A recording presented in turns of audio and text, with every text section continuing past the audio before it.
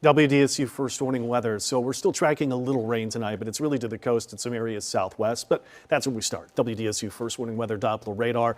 And again, what we're going to find over the next couple of days is mainly along the coast where we're going to be able to track the most rain.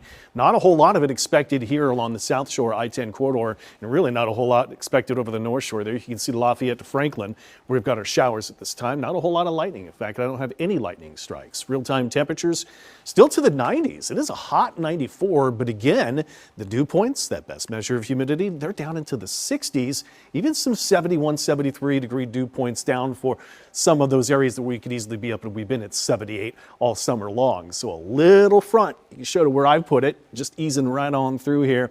And behind it, a little less humid air. It's not a huge drop in temperatures, but this front will start to stall. And by the time we're going to get to the end of the week, it's going to be systems that'll be rolling up high in the sky over the leftovers of this front to start to increase the rain chances. But unfortunately, those increased rain chances right in time for the weekend over the next few days, pretty dry. But again, that's going to have an impact on those temperatures. So we look at the storm chances tomorrow. They're a little likelier along the coast. I still only have about a 20% chance. I got highs anywhere from 90, 94, 93. You look at that and think, well, it's still summer, but take a look at these dew points. Not too bad. Some 60s North Shore, right around 70, even some 60s Galliano to Grand Isle tomorrow.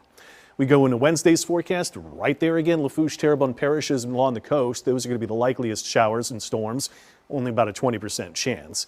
Top temperatures 88, 89, 90, and 91, so we're only right around 90 to top out. And with dew points that drop to about 69 to 68, that's going to feel phenomenal for Wednesday's forecast. There's a look at the leftover front Thursday, Friday, and those systems that roll up overhead. That's going to increase the scattered storms as we work to Saturday, we work to Sunday. It's going to lead into next week here too. Don't think it's washout forecast right now, looking all the way ahead to next weekend, but it is going to be likely storm coverage for a better part of the day.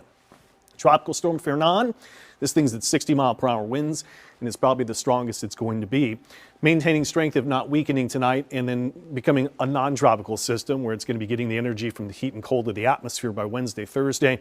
It is a non-storm producer that's going to do anything to harm of any land, so no worries here. Tropical wave earlier that was in Invest. Now it's just some storm activity into the eastern part of the Caribbean. Watching Northwest Caribbean, we're watching Gulf, but there is just nothing that stands out to me that really requires this is going to be a tropical wave. We need to worth watching that one, this one. There are no areas outside from the National Hurricane Center tracking Tropical Storm Fernan. No areas expected over the next 7 days. Atlantic, Caribbean, or even the Gulf here too. So that is maybe some of our best news.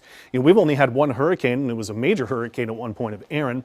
After Fernan, we're looking at Gabrielle as the next named storm. WDSU first warning weather 7-day.